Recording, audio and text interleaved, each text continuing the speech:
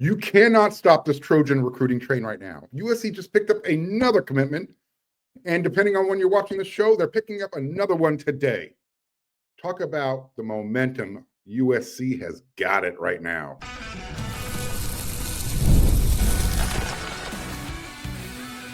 You are Locked On USC, your daily podcast on the USC Trojans, part of the Locked On Podcast Network, your team every day. Yeah, fight on, everyone. I'm your host, Mark Hulkin, and thanks for making Locked On USC. It's part of the Locked On Network, and it's your first listen every day. Whether you are watching this show on YouTube, and you know you can pick your platform, you know you can download this podcast, and you can always be guaranteed the show's going to be free. Today's episode is brought to you by Monarch Money. Take control of your finances with Monarch Money. Use code LOCKEDONCollege at monarchmoney.com for 50% off your first year. I told my everydayers on yesterday's episode of Locked On USC that the lull with USC's recruiting class, it was about to come to an end. You know, I said it had been, been a while, been over a week since USC got a commitment publicly, a public commitment. Been over a week. And then the last player, the last prospect who, made the pledge to the University of Southern California, that was Cannon Smith, the offensive lineman from Colorado. Well, on Wednesday, this week, April 30th, USC added another top prospect from the state of Louisiana, 4-star wide receiver from Opelousas. His name is Roderick Tizeno. He made his announcement via social media. This is why you do not want to miss a single episode of Locked On USC. By the way, you're very welcome, TSim13. He dropped a comment off in, I believe it was on my Twitter feed, saying, "Hey, didn't you talk about this happening earlier in the week?" I said, "Yeah, and this is why you watch and this is why you listen to the show every day. So you'll be one of the first informed all the time." Roderick Tizeno, he made his first visit to USC back on April 11th, so not that long ago, a little over 2 weeks ago. And he came with a couple of his teammates who are part of the 2027 recruiting cycle. This time, which was just recently, he brought his parents with him. Because when Roderick came out that first time for that visit, it made a huge impact. And so he wanted to make sure his parents can kind of feel what he felt. So he said, "Hey, let's go back to USC again during the spring." And it wasn't just about football with Roderick that, what USC made that impact on him with. He said, obviously, the campus, I had a good conversation with a lot of really good people. Like, it was genuine. There's a lot of opportunity around here, like besides football too. And they could be good in the future. My official visit should be June 6th through the 8th. What stood out was how Coach Lincoln Riley dialed everything up during the scrimmage of practice. He puts his playmakers in position to make plays to be successful. And then he told On3's Steve Wiltfong after his most recent visit, before he made his commitment, quote, "My visit went great. Had a good time being around all the coaches and the staff, great hospitality, and they made me feel welcome, like at home. What excites me is that everything is just getting started around there, and I think they're going to be doing some big things here in the future." So Roderick Tizeno, he's 6'2", he's 175 pounds. He's considered, for you stargazers out there, a high 3-star, 4-star, low 4-star. On 3, ironically, I know their recruiting rankings get some grief sometimes, but they actually have him listed as a 4-star. It's the other 3 networks that have him as a 3-star. And pretty soon there's only going to be 2 other networks. If you haven't heard, On3 purchased Rivals. And I'll keep you up to date with that, how it's going to play out. But obviously, when I'm not working here at Locked On USC, I'm part of wearesc.com, which is part of the On3 network. It talks about recruiting and all that. Anyways, back to this show. So here are some of the schools. You know me, I'm not a big stargazer, but I look at the programs that offer players. He had offers from USC, UCLA, Georgia, Houston, Kentucky, Arkansas, Vanderbilt, Georgia Tech, When you start getting into the USC, the UCLA, Vanderbilt, Georgia Tech, you've got some brains as well. Okay. So the young man, not just a good football player, but obviously very intelligent as well. He also plays two ways. At least he has been playing both ways at high school. Last year, as a junior, on the opposite side of the ball, he had 46 receptions for 1,047 yards, 17 touchdowns. And then when he went and played defensive back, he had 8 PBUs. So again, pretty good athlete, right? We know the state of Louisiana puts out good talent annually, and USC has been the beneficiary. They go out there and they cherry pick the guys they want. Obviously, Jakeem Stewart recently is the latest. Joe McKnight, right? Rest in peace. John David Booty, Tackett Curtis.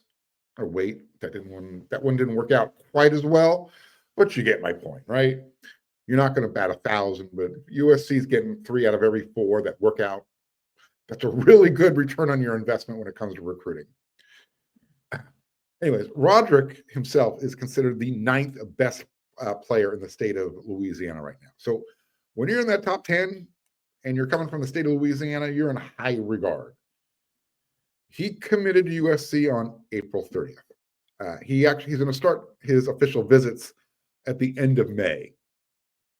In fact, so he'll be coming to USC for his official visit June 6th through the 8th, but he's got a visit scheduled for Kentucky, May 30th through June 1st.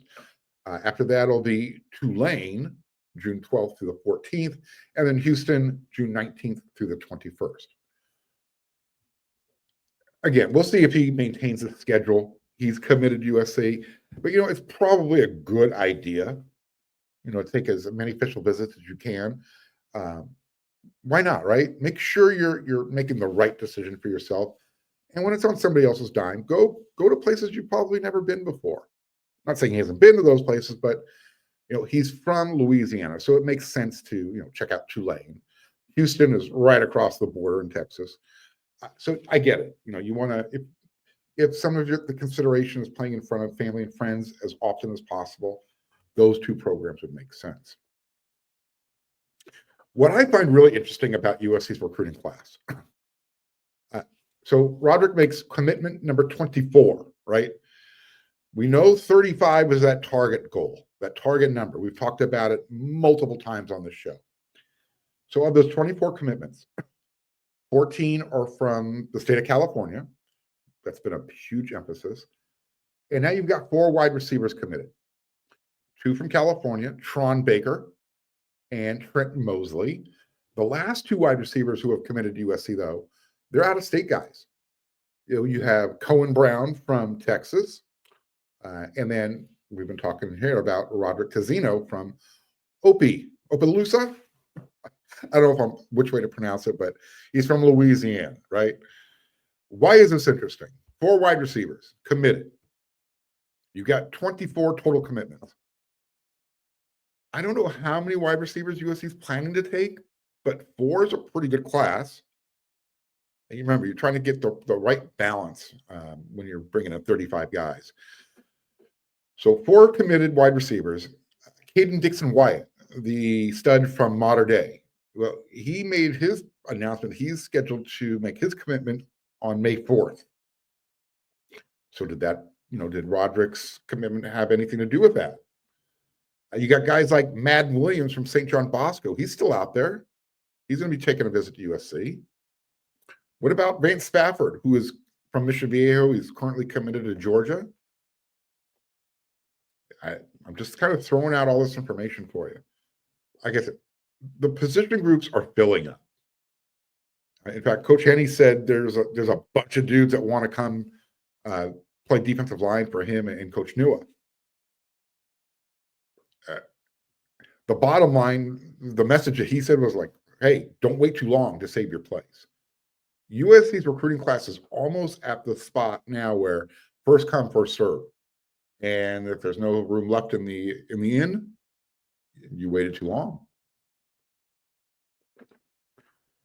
I think I mentioned at the very top of the show that USC is supposed to be getting a commitment today. If you're watching this episode, it's May 1st.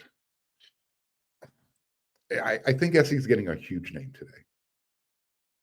Again, he's probably from the following group that I rattled off on yesterday's episode. But I'll just, for those who missed it, and when you're done watching this episode, you can go back and watch yesterday's. It's a pretty good show.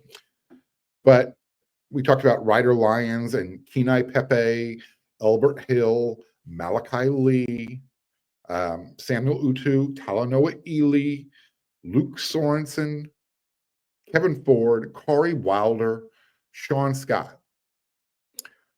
Well, we know that we scratched Roderick Tizeno's name off of this list. That list had 12 names on it. Yesterday, before Tizeno committed, they were at 23. We're now at 24. There's 11 names still left on that list. So let me end the segment this way, on this note. If those names that I just rattled off, if those were the last actual pieces to the puzzle, are you good with that? Or are you going to use the F word and say, no, Mark, no, recruiting is fluid. That's the F word we talk about when we talk about recruiting. Things are going to change. The reason I'm saying it is when you take those 11 that are still left and you add them to the 24, guess what we get? Yep, 35. Just saying, keep an eye out. This is your target list. And would you be good if USC's recruiting class, the 2026 cycle, finished with those names on top of what's already pledged to be a Trojan? If you say you'd be upset, we can't be friends. I don't know what your expectation level is, but I guarantee you, USC gets those players on top of the ones they already have. Yeah, they're probably finishing with a top 3 class in the nation. Right now, they got the number 1, number 2, depending on which recruiting service you want to use. All right, 2 more segments to go. The next one, we're gonna talk about some of the assistant coaches and what they had to say. I had brunch with them on Wednesday. We're gonna talk about that next.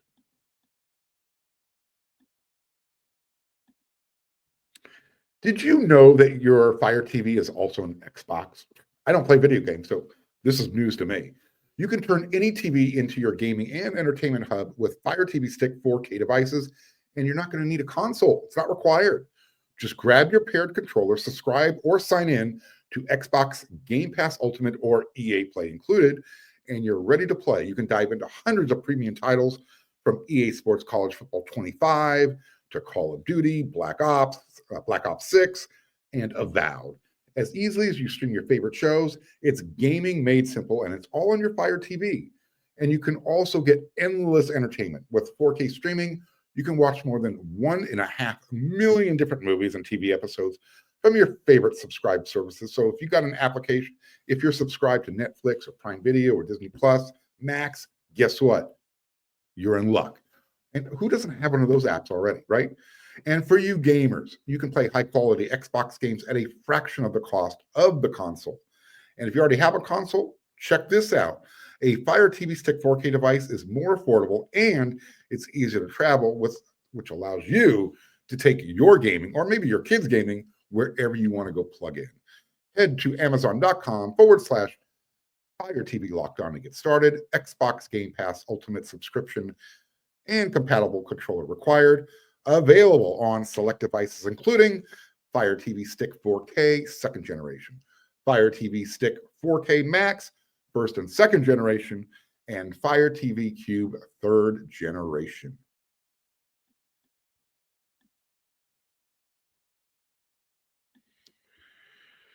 So I had brunch with and I got to hang out with the assistant coaching staff for a few hours on Wednesday. The local media was invited, and anytime there's free food, we're going to show up. And first of all, major shout out. Thank you to Katie Ryan, USC Sports Information Director, and her crew, her team. They got us some Fixin's Soul Kitchen, downtown LA. Free promo alert. Go to Fixin's Soul Kitchen. That food was amazing. Yeah.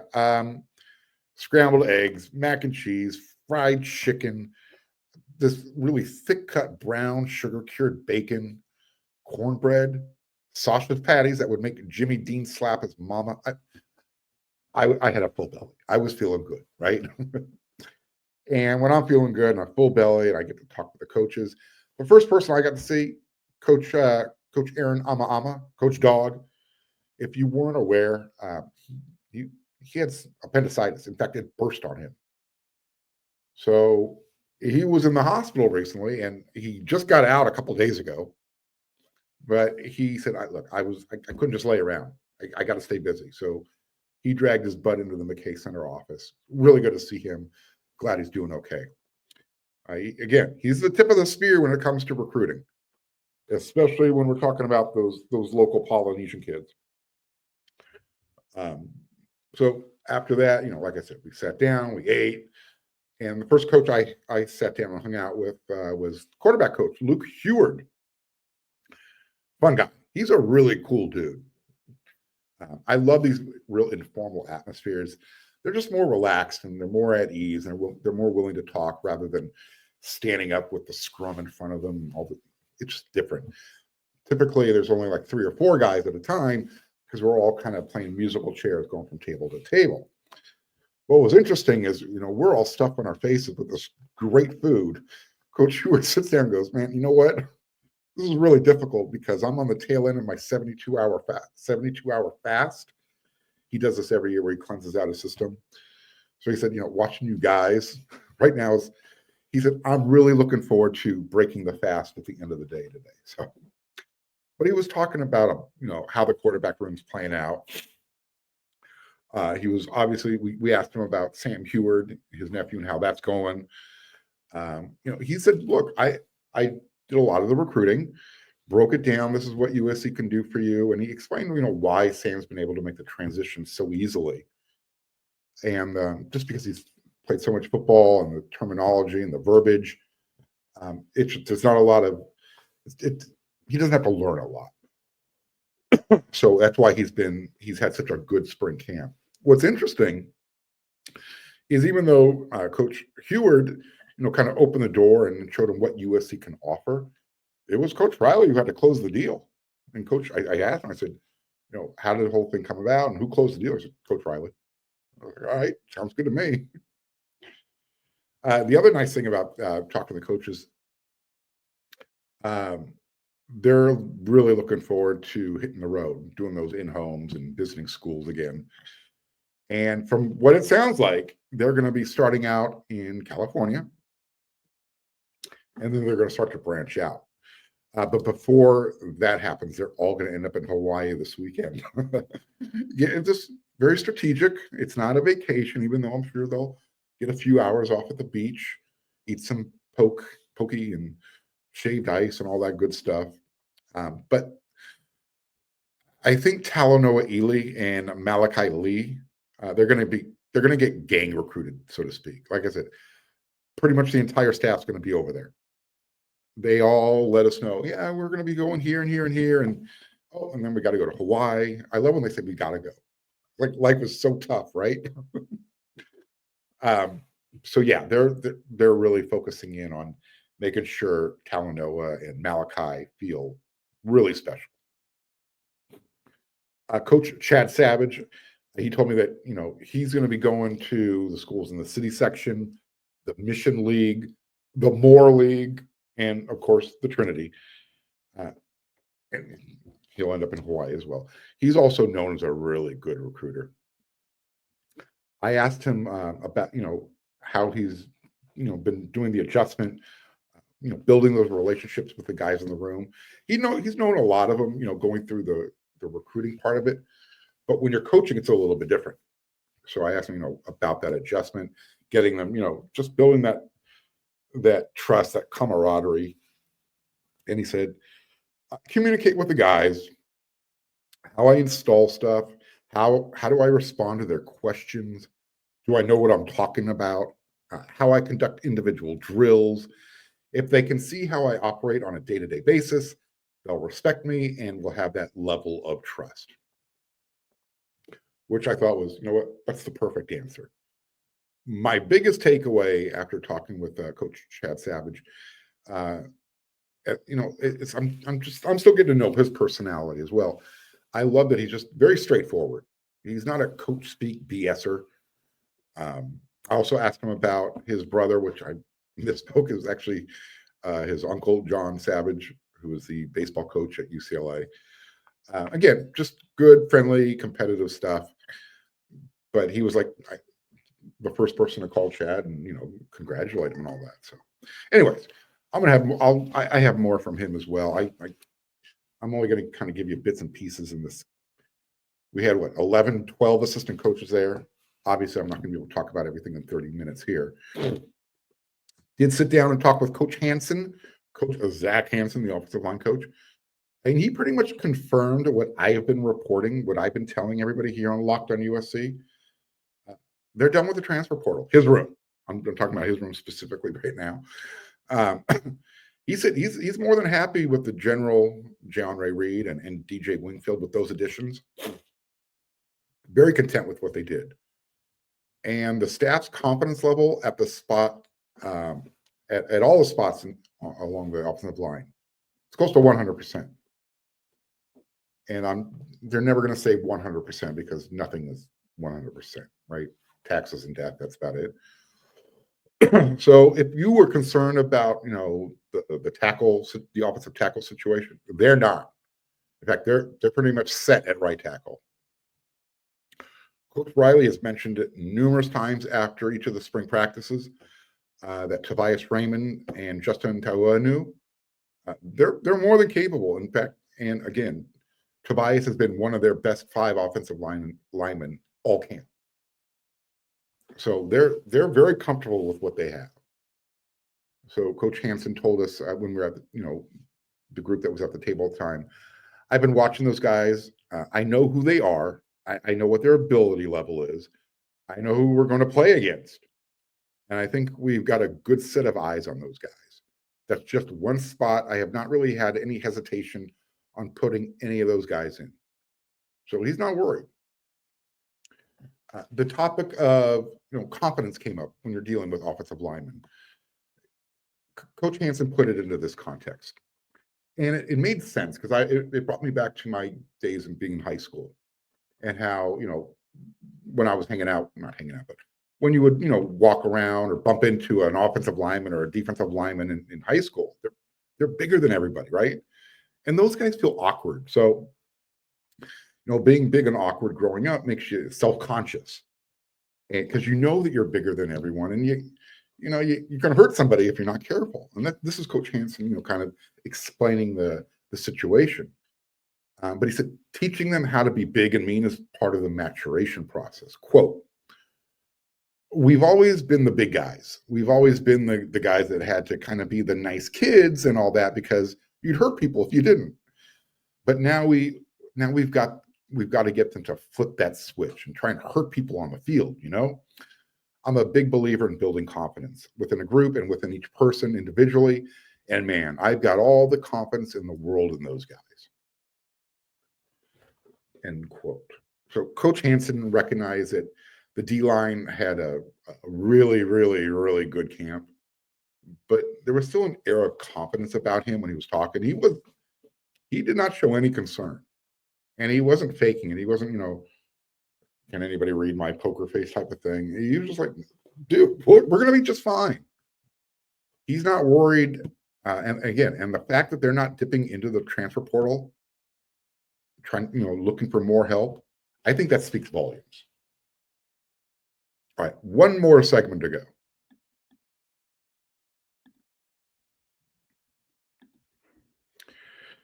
Yep, it's the end of the month. You got all the money you need? You ever check your bank account going, where is the money? I need some. Well, it's probably because you do what I do. You eat out a lot, you travel, you entertain, you don't care. You got it, spend it, right? That's where Monarch Money comes in. It's like having your own personal chief financial officer. It's giving you full visibility and total control over your finances. Monarch Money isn't just a budgeting app. It's a complete financial command center. You can track all of your accounts, investments, and spending, and you can do it all in one place. So you can stop managing your money, start building some wealth. and you're going to love the all-in-one convenience. Instead of juggling multiple different applications, you can use Monarch Money to check your finances, track your spending, and then start planning some long-term goals.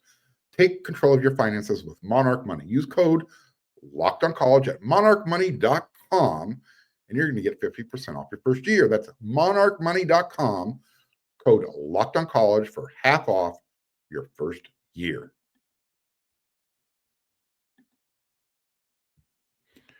All right, so today was total information overload between the commitment coming down, all the coaches hanging out. But the one thing that I wasn't overloaded with, they kept dropping names of guys who made their presence known. On yesterday's episode, I talked about, who are some of the guys who made impacts. I rattled off some of those names for you. When you're done with this episode, you can go check it out.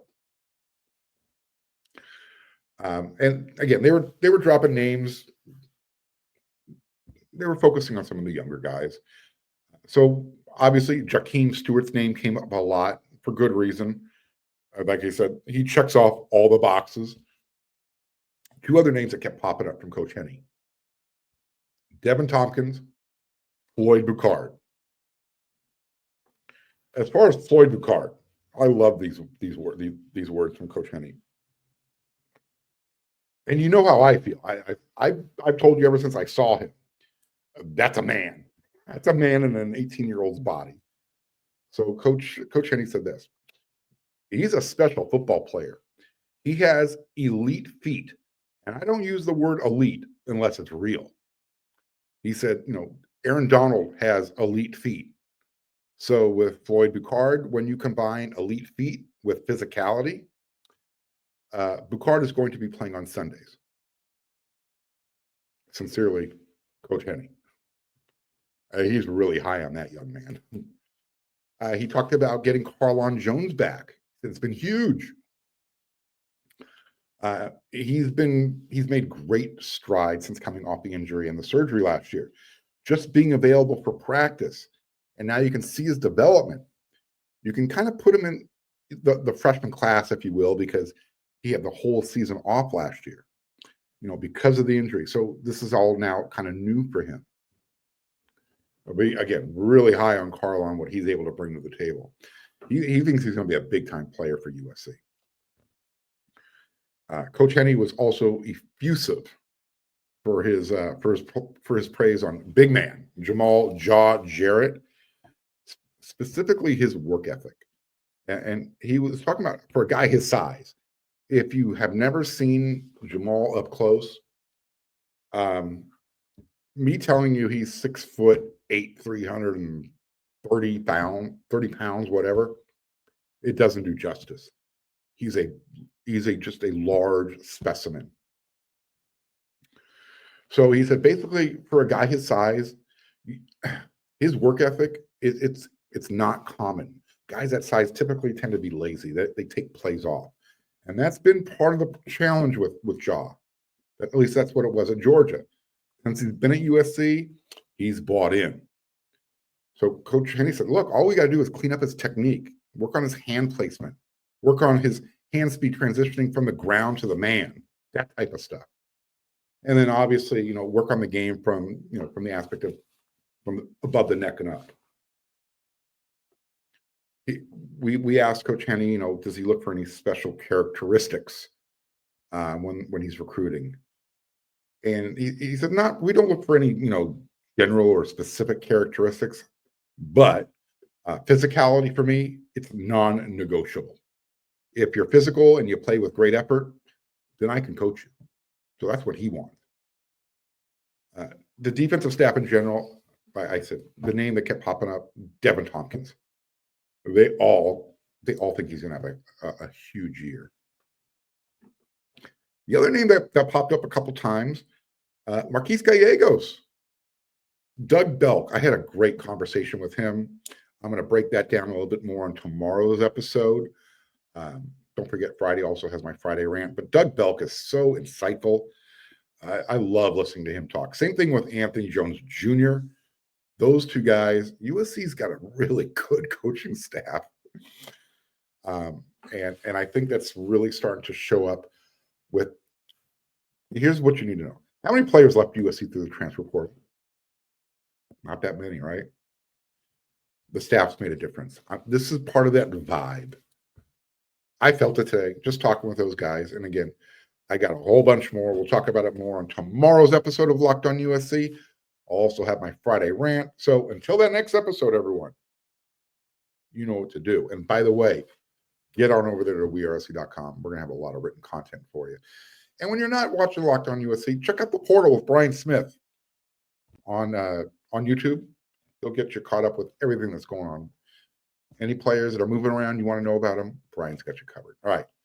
Till that next episode of Locked On USC, everyone, you know what to do.